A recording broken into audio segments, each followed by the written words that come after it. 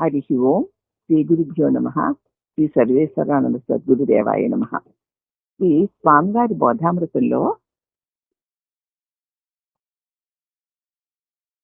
మనం ఏం చెప్పుకున్నాము? భక్తుల బోధల్లో భక్తుల యొక్క బోధల్లో నిన్న చెప్పుకున్న బోధల తర్వాత మనకి స్వాముల వారు అమృతధార దివ్యవాహిని మీ హృదయాల నుంచి నిరంతరము ప్రవహించి మీ తనుమన ప్రాణ ఇంద్రియాలను సుఖసాగరంలో వాలలాడించుగాక అని ఆశీర్వదించాడు. అప్పుడు ఆ భక్తులందరూ ఆహా, ఎంత గొప్ప ప్రసంగము, ఎంత పెద్ద బోధ, అలుపు ఆయాసం లేకుండా ఎంతసేపు ఏకదాటిగా మాట్లాడినా వీరికా ఆయాసము అనారోగ్యమును దేహస్పృహ లేని అత్యున్నత మానసిక స్థితి కదా మా గురుదేవులది అనుకున్నారు భక్తులందరూ.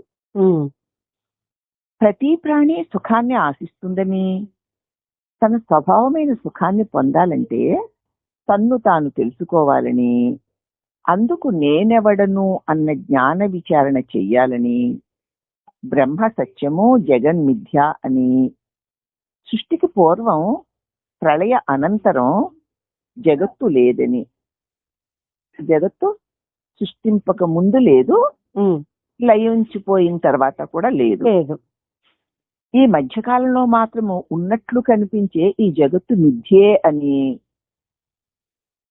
అదే విధముగా పుట్టక పూర్వము మరణించిన తర్వాత లేని ఈ మధ్యకాలంలో మాత్రమే కనిపించే ఈ దేహము కూడా మిథ్యే కదా అంతే అని గ్రహించాలి.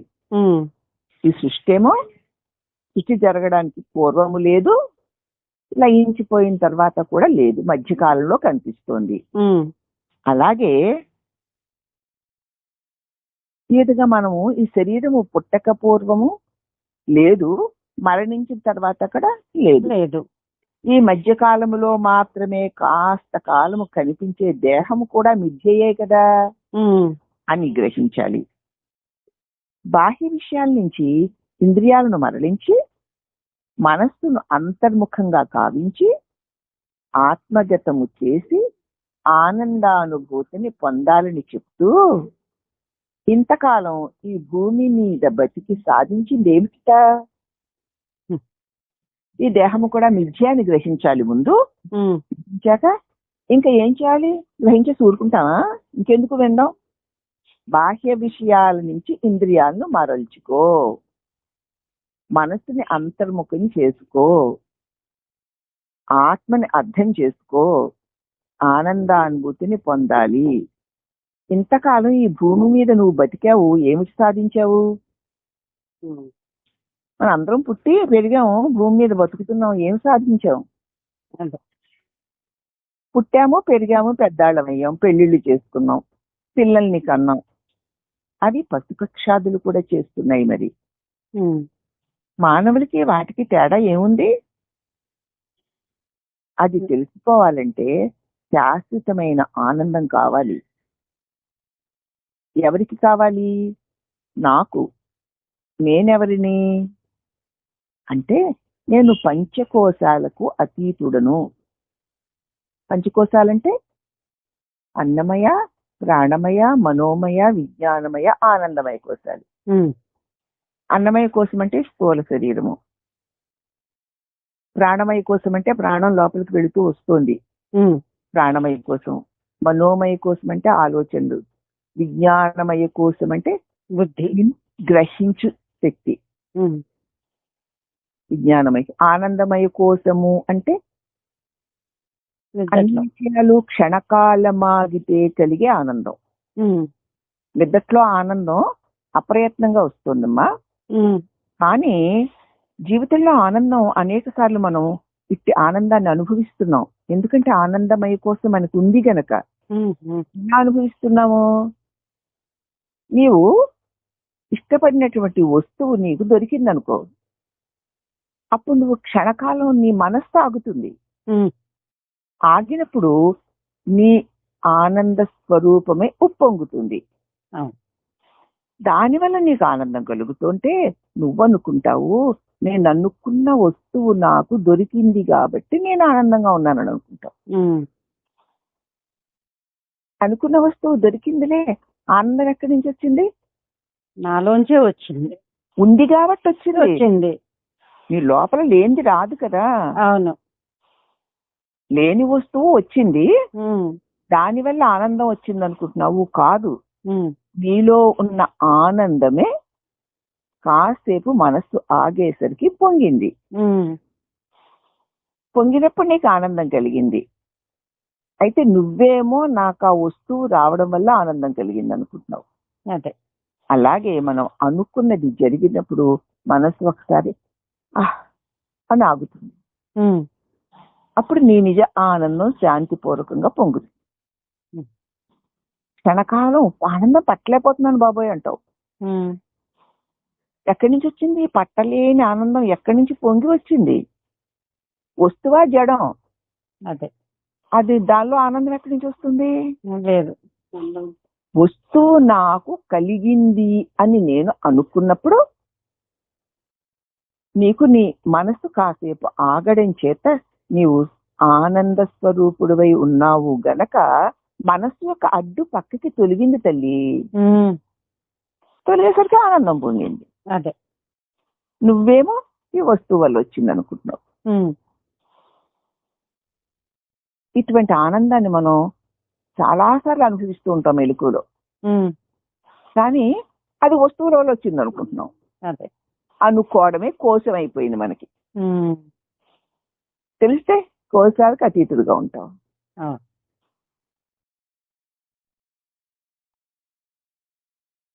అందుచేత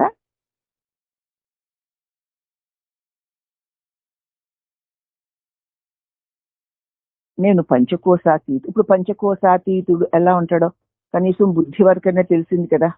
అర్థమైంది. పంచకోశాతీతుడను, పంచకోశాలకు అతీతుడు. ఎందుకంటే నేను అన్నమయ, ప్రాణమయ, మనోమయ, విజ్ఞానమయ, ఆనందమయ కోశాన్ని కూడా తెలుసుకుంటున్నాను. ఎందుకు ముందు మనం నిద్రలో ఆనందమయ కోశంలో ఉన్నా తెలియదు కదా. తెలీదు. మెలకువలో ఆనందాన్ని పొందిన ఆనందమయ కోశం అంటే తెలియదు కదా.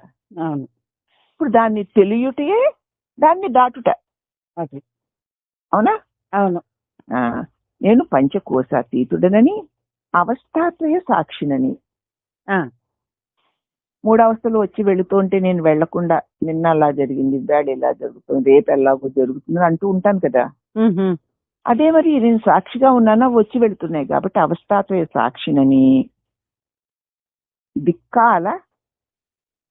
దిక్కాల కారణాతీతుడనని, దిక్కులకి కాలానికి కూడా నేను అతీతుడనని తాత్విక పరిశోధన చెయ్యాలి. ఆ పరిశోధనతో ఆత్మ విచారణతో తెలుసుకుని ఆత్మగా ఉండుటయే శాశ్వతానందము అని స్వామివారు వివరించారు. ఇప్పుడు తెలిసింది కదా, ఓహో అవస్థలు వస్తున్నాయి వెళుతున్నాయి, నేను రాలేదు పోలేదు. అవస్థల్లో దేహాలు, స్థూల సూక్ష్మ కారణ దేహాలు వస్తున్నాయి వెళుతున్నాయి, నేను రాలేదు పోలేదు. పైగా ఈ స్థూల శరీరంలో ఉన్న పంచకోశాలు వాటి వాటి విధులను నిర్వర్తిస్తుంటే వాటిని తెలుసుకుంటూ తెలివినే ప్రకాశిస్తూ ఉన్నానే గాని నేను అవి కాదు. అలా ప్రతిసారి ఇదే తత్వ పరిశీలన అంటేను. దానివల్ల నేనెవరు? వీటికి అతీతుడైనటువంటి ఆత్మస్వరూపాన్ని అని తెలుసుకొని ఆత్మస్వరూపంగా ఉండుటే శాశ్వతానందమని వివరించారు స్వామివారు. తదేకంగా జగన్మాత అంటే రాజరాజేశ్వరి ఆలయంలో చెప్పారనమాట ఇది. అప్పుడు స్వామివారు తదేకంగా జగన్మాతను వీక్షించారు. విగ్రహమని తలంచక సాక్షాత్తు జగన్మాతే ఇక్కడ వచ్చి కూర్చుందని సేవించుకోండి. ఎదురుగుండా మనకు కనిపిస్తోంది కదా రాజరాజేశ్వరి తల్లి, ఆవిడ విగ్రహం కాదు, సాక్షాత్తు చైతన్య స్వరూపమైన జగన్మాతే ఇక్కడికి వచ్చి కూర్చుంది. నీ సంకల్ప బలమే కదా ఏదైనా. అవును. ఇట్ట సంకల్ప బలాన్ని ఎందుకు కలిగి ఉండకూడదు? ఉండొచ్చు. అనుకొని సేవించాలి, అనుకొని పూజించాలి, జగన్మాతే అనుకుని నమస్కరించాలి. ఈ అలంకరణలో తల్లి సౌందర్యం వర్ణనాతీతం కదా. ఆహా అంటూ ఎంతో ఆనందించారు. అమ్మా ఆనంద జనని దివ్య ప్రేమ తొణిసిసలాడిపోయింది.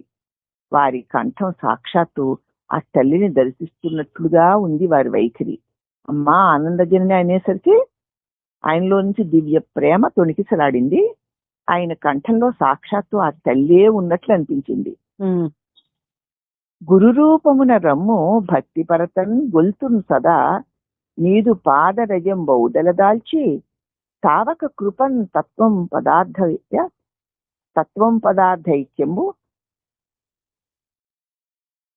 పదార్థైక్య రహస్యంబు నెరింగి కాంచదను సాక్షాన్ మోక్ష సామ్రాజ్య మందిర సింహాసనమున విస్ఫురత దనివి శక్తి తల్లి రాజరాజేశ్వరి అంటూ మధురంగా ఆలపించారు స్వామివారు. తర్వాత నాయనలారా తల్లులారా, జగన్మాత తన శిశువును 1000 కన్నులతో ఏమరక చూస్తూనే ఉంది. కాని ఆ తల్లిని బహిర్ముఖుడై బాహ్య విషయాలనే ఆటలను మరిగినటువంటి బాలుడు కాంచనేరక భ్రాంతి వసుడై విషయ అరణ్యంలో వింతలో పడిపోయి చింతాక్లేశాలతో చిత్తాన్ని స్వాయత్తం చేసుకోలేక తపించి చివరికి బాధావేదనలు మెండు అయిపోయినప్పుడు, భరించలేకపోయినప్పుడు వాడు అమ్మా అమ్మా అంటూ రోధిస్తాడు. ఆ రోదమునందే వాని విషయతాపమంతా చల్లార్చి జగన్మాత తనను ఒడిలో చేర్చుకుని ప్రకృతిని మరిపించి అనుదినము గాఢ సుషుప్తిలో తన్మయానందుని చేస్తుంది. ఆ మహాశక్తి యొక్క అనుగ్రహం లేకపోతే మనం నిద్రని హాయిగా పోలేం. అవును. అలిసిపోయాడు బిడ్డ, వద్దన్నా చెప్పకుండా తిరుగుతున్నాడు. తిరిగి దేహేంద్రియ మనోబుద్ధులన్నీ అలిసిపోయి అల్లాడి అమ్మా అమ్మా అని ఆక్రోశిస్తున్నాడని ప్రేమతో తల్లి నిద్రలోనికి తీసుకెళ్లి మనకి సుఖాన్ని శాంతినిస్తుంది. ఆహా, ఎంత కరుణామయ్యి మన అమ్మ. నిజంగా అమ్మలగన్న అమ్మ గనక అంత ఆప్యాయత. తన శిశువుని అనునిత్యము విషయాదుల ద్వారా ఇంద్రియములకు సుఖపార్యవశాన్ని కలిగిస్తోంది. బిడ్డకి అనునిత్యం విషయాదుల ద్వారా ఇంద్రియ సుఖాలు పొందడానికి కావలసిన శక్తినిస్తోంది. ఆ తల్లి శక్తిని ఇవ్వకపోతే నువ్వెలాగా విషయ సుఖాలు అనుభవిస్తావు? అనుభవించలేం. అది ఎవరు గుర్తించట్లేదు. నేనే అనుభవించేస్తున్నాను అనుకుంటాను, నేనే సంపాదించేస్తాను, నేనే అనుభవించేస్తాను అనుకుంటాను. లోపల ఆ శక్తి లేకపోతే ఈ సుఖాలను ఎలా అనుభవించగలవు? అందుచేత ఆ తల్లి తన శిశువుని అనునిత్యము విషయాదుల ద్వారా ఇంద్రియములకు సుఖపారవశాన్ని కలిగిస్తుంది. కీర్తి విజయ తృష్ణుల ద్వారా మనసుకు కూడా శాంతి కలిగిస్తుంది. అబ్బా నాకెంత కీర్తి వచ్చింది, నాకెంత ఇది వచ్చింది అనుకుంటే మళ్ళీ మనసు సంతోషపడాలని మళ్ళీ అమ్మ ఉండాల్సిందే. తృప్తి లేకుండా నువ్వు ఎలా మానసికంగా కూడా తృప్తి పొందగలుగుతావు? పొందలేం. గాఢ సుషుప్తి ద్వారా ప్రాణాదులకు శాంతినిస్తోంది. ఏ విషయాన్ని కోరి ఆయా విషయము ద్వారా ముందు సుఖభ్రాంతిని కలిగిస్తుంది. నువ్వు ఏ విషయాలను కోరావో ఆయా విషయాల ద్వారా ముందు సుఖభ్రాంతిని కలిగించి మరలా వాణిని దాని నుంచి విరమింపచేసి సంచితానందం వైపుకి పయనింప చేయడానికి ఆ విషయాదుల యందే దుఃఖాన్ని కలిగిస్తుంది. అదే ముందేమో విషయాలు పొందుతుంటే ఆ సుఖాలను అందుకోవడానికి శక్తినిచ్చింది. ముందు ఆ సుఖాలన్నిటినీ కలిగించి తర్వాత తొలగించింది. విషయాలు కలిగించి వాటి ద్వారా సుఖభ్రాంతిని కలిగించింది. అలా వాడిని దాని నుంచి విరమింపచేసి శాశ్వత ఆనందము వైపుకి పయనింప చేయడం కోసం విషయాలలో నువ్వు ఇంతకు ముందు సుఖించావో ఆ విషయాదుల యందు దుఃఖాన్ని కలిగించి, అదే దుఃఖం కలిగితే తప్ప మళ్ళీ అమ్మక్కర్లేదు మనకి. నిజంగా దుఃఖము విషయాదుల యందు లేదు. ఆనందం ఏమన్నా విషయాదుల యందు ఉందేమిటి? లేదు. దుఃఖం విషయాదుల యందు లేదు. ఆ విషయ సంబంధమైన మోహం వల్ల కలుగుతోంది. అందువలన విషయ భోగము సుఖదాయిగానే ఉన్నట్లు తెలుసుకుంటున్నాడు. అందుచేత అవసరమైన విషయ భోగము దాయిగానే ఉన్నట్లు తెలుసుకుంటున్నాము. అనగా విషయ భోగములు అత్యాస కామన చేత అనుభవించాలని తృష్ణ చేత దుఃఖం కలుగుతుంది. ముందేమో అవసరమై విషయ భోగాల్లోకి వెళుతున్నాము, విషయాల్లో సుఖముంది అనుకుంటున్నాము. అనవసర విషయాల్లోకి వెళ్ళి వాటి భోగాల్ని నువ్వు పొందాలనుకున్నప్పుడు అత్యాస కామనలతో ఇంకా అనుభవించాలనే తృష్ణ చేత దుఃఖం పొందుతున్నారు. కావలసిన అనుభవిస్తే గొడవ లేదు, ఆకలికి కావాల్సిన ఆహారం తింటే గొడవ లేదు, మరి దానిలో నాకు ఎన్నో కావాలి, దానికోసం ప్రయత్నం చేసి దుఃఖపడాలి. నిద్రపోవడానికి ఒక చాప చాలు, చాప లేకపోయినా నిద్ర వస్తుంది, కానీ నాకు పరుపులు కావాలి. అది అత్యాస అయిపోయింది. సర్వసహజంగా అన్నిటినీ ఆ మహాశక్తి ప్రసాదిస్తుంటే తల్లి ఇచ్చిన దానిని ఇచ్చినట్టు అనుభవించి ఆనందించక అత్యాసకు లోనై నీవు తృష్ణ చేత దుఃఖాన్ని పొందుతున్నావు. చూడండి, ఒక న్యాయాన్ని మనం ఇక్కడ చూద్దామా? ఒక బాటసారి నడిచి నడిచి ఆకలి కొన్నట్ట. వానికి కడుపు నిండా అన్నం దొరికి కొద్ది విశ్రాంతి స్థలం చిక్కితే బ్రహ్మానందం పొందుతున్నాడు. అదే బాటసారికి దైవికంగా కొద్ది ధనరాశి దొరికితే వాడు తిన్న తిండి శాంతిని కలిగిస్తుందా? లేదు. నిద్ర పట్టనివ్వదు, అవును, సుఖం అసలే దొరకనివ్వదు. ఎన్నెన్నో కలలు కంటూ ఆ ధనంతో ఎలా ఎలా ఉండాలని భావిస్తూ అశాంతితో జీవితం అల్లాడిపోతూ ఉంటుంది. ఏమిటి సుఖం? డబ్బు దొరికిన సంతోషం కనుక దాన్ని కాపాడుకోవాలి, రక్షించుకోవాలి, దీనివల్ల మేడ కట్టాలా, మిద్ది కట్టాలా, ఏదో చేయాలి, ఇది చేయాలి. దీంతో వాడు శాంతిగా నిద్రపోడు, తిండి తినడు, దానికి తోడు పోతుందనే భయం ఒకటి. జీవితం అల్లాడిపోతూ ఉంటుంది.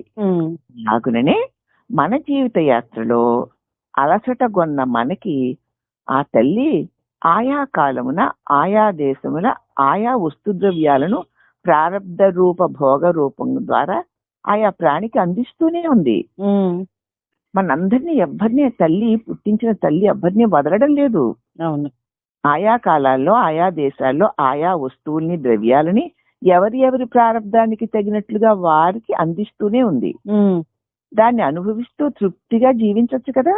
అవును, తృప్తిగా జీవనయాత్ర గడపగలిగితే వాని యాత్ర గమ్యానికి తేలిగ్గా చేరుకుంటుంది. చెట్టు మూలమునందు రసము ఆయా ఉపాధులను బట్టి ఆయా గుణధర్మాల్లో శోభింప చేస్తూ తాను నిర్వికారంగా ఉంటుంది. చెట్టు మూలంలో అది ఏ విత్తనానికి చెందిన చెట్టో ఆ విత్తనానికి సంబంధించినటువంటి వాటిలన్నిటిని కూడా చెట్టు నిండా నింపుతూ నిర్వికారంగానే ఉంది కదా చెట్టు, కనిపిస్తుంది ఉంది కదా. అలాగే పుష్పానికి ఉన్న సువాసన ఫలానికి ఉందా? మరి లేదు, మరి ఆ చెట్టుకే ఉన్నాయి. అవును, ఫలానికి ఉన్న మధురము పుష్పానికి లేదు కదా. ఆకుకున్న పచ్చదనము మిగతా వాటికి లేదు కదా. లేదు. మరి అన్నీ ఒకే వృక్షమునందలివే అయినా కూడా వాటి వాటి ఉపాధి ధర్మాలను బట్టి అవి శోభిల్లుతూనే ఉన్నాయా కాదా? శోభిల్లుతున్నాయి. ఒకదాని ధర్మం ఒకదాని యందు లేదు, అంతా కలిపి ఒకటే. అవునా? ఆకులాగా పువ్వు ఉండదు, పువ్వులాగా కాయ ఉండదు, కాయలాగా పండు ఉండదు. ఒకే చెట్టుకి చెందినవన్నీ వివిధ ధర్మాలను ఆ ఒక్క దాని అందే కలిగి ఉన్నాయి కదా. ఈ న్యాయము కాదని మనము చెవి ధర్మాన్ని కన్ను ధర్మానికి చెవికి కావాలి అంటే వ్యర్థ శ్రవణందుట దుఃఖహేతువే కదా. దుఃఖహేతువే. చెవి ధర్మం ఏదో అది దానికే పనికొస్తుంది, మరి చూడడానికి పనికిరాదు. కానీ నా చెవి చూడాలి అంటే కుదరదు, వ్యర్థ శ్రమే. ఆయా స్థానములు ఆయా ధర్మములను పొంది వ్యవహరించినప్పుడు అన్ని మాన్యములే అయి ఉంటాయి. ఏ ఇంద్రియాలు ఆయా పనులు చక్కగా చేస్తున్నప్పుడే అన్ని అనుకూలంగా ఉంటాయి. ధర్మాలు అధర్మం అయితే అది ఏ స్థానంలో ఉన్నా దుఃఖమే. అలాగే ఫ్యాక్టరీలో ఒకే ఇనుము వివిధ రూపాల్లో ఉంటుంది, ఒకే ఇనుము. అట్లు ఉన్నప్పుడే యంత్రము చక్కగా కర్మ చేయగలుగుతుంది. ఆయా రూప గుణ ధర్మాలను బట్టి దానికి వలసిన నీరు, బొగ్గు, విద్యుత్తు, ఆయిలు సరఫరా చేస్తారు డ్రైవరు. అంత ఇనుమే, కానీ ఒక్కొక్క ఆకారంలో ఉన్న పరికరం ఒక్కొక్క పని చేస్తూ ఉంటుంది. అవన్నీ వేరువేరు ఆకారాలతో వేరువేరు పనులు చేస్తున్నప్పుడే ఆ ఇంద్రియం చక్కగా కర్మను చేయగలుగుతుంది. వాటి ఏ ఆకారాలు ఎలా ఉంటే దానికి తగినటువంటి నీరు ఇవ్వాల్సిన చోట నీరు ఇస్తాడు, నీరు పోయవలసిన చోట ఏమో ఇంకోటి వేసి బొగ్గేసి బొగ్గు వేయవలసిన చోట నీరు పోస్తే పని చేయదు. దానికి కావలసిన నీరుని, బొగ్గుని, విద్యుత్తుని, ఆయిల్ని సరఫరా చేస్తాడు డ్రైవరు. అంటే అతని ధర్మం అంతే. ఒక దాని భోగం ఇంకొక దానికి అందజేసిన యంత్రము చెడిపోతుంది కదా, చెడిపోతుంది. అలాగే రహస్యం చెప్తున్నారు స్వామి. స్వనిర్మాణ యంత్రము సాగించుచున్నాడు ఈశ్వరుడు. విశ్వాన్ని ఒకే దేహానికి తగినటువంటి ధర్మాలు, వ్యవహారాలు, క్రియలు, ఒకే చెట్టుకున్నటువంటి ఆకులు, కొమ్మలు, రెమ్మలు, పువ్వులు, కాయలు, పళ్ళు వేరు వేరు వేరు వేరు ఆకారాలతో వేరు వేరు వేరు వేరు రుచులతో వేరు వేరు వేరుగా ఉపయోగపడుతున్నాయి. అన్నిటికీ ఆధారంగా ఒకే చెట్టు ఉంది. అలాగే ఈ విశ్వ నిర్మాణం అనే మహాయంత్రాన్ని సాగిస్తున్నాడు ఈశ్వరుడు. ఈశ్వరుడే మూలం. అంతే. ఈ విజ్ఞతను మరచిపోయి ఇతరుల భోగాలు నాకెందుకు లేవు, అది వాడిది, వాడికి ఏది ఇవ్వాలో అది ఇచ్చి వాడి చేత వాడి కర్మల్ని క్షాళన చేయిస్తూ విశ్వ నాటకంలో పాత్రను అతనికి ఇచ్చాడు. ఇతరుల భోగాలు నాకు లేవని, నేను అది సాధించాలని ఈ గుణకర్మలను వదిలిపెట్టి పరధర్మాభిరతుడై దాన్ని చెయ్యలేక, ఉన్నదాన్ని హాయిగా అనుభవించలేక రెండిటికి చెడి కృష్ణాసాగరంలో మునిగిపోతున్నాడు కదా ఈ అజ్ఞాని జీవుడు. అందుకే భగవానుడు పరధర్మో భయావహ అని చెప్పాడు.